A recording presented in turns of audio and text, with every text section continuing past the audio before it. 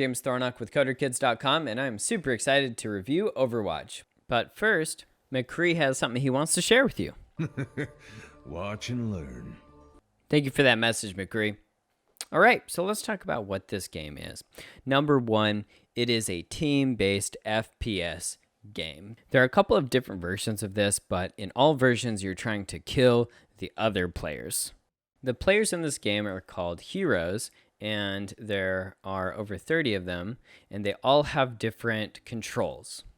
All right, now that you have a good idea of what this game is, it is pretty simple after all. Let's jump into the ratings.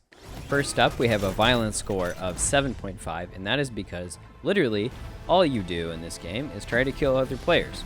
Now, the killing that you're doing has minimal blood, and the weapons aren't completely realistic, so that's why I gave it a 7.5 instead of a higher score. Now, this game got a language score of 6.5 because of cursing, including the D word, and a lot of references to killing and hell.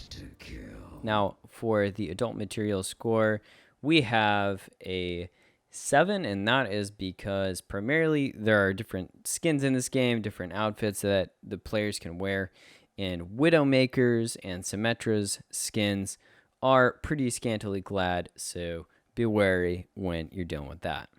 All right, now on to the fun score. This game gets a fun score of 6 if you're playing alone, and 9 if you're playing with friends. The difference really comes down to the fact that this game is incredibly frustrating because it is a team-based game if you're playing alone.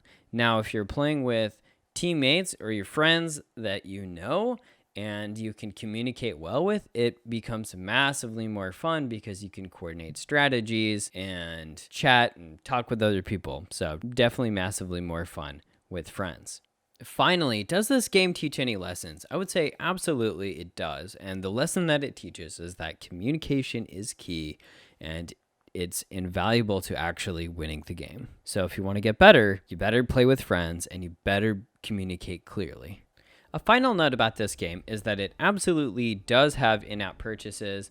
Now, these are all for cosmetic items, so they can be completely avoided, but there is definitely the danger to spend lots and lots of money. Thank you so much for joining me for this review. If you have any game that you would like reviewed, post about it in the comment section below.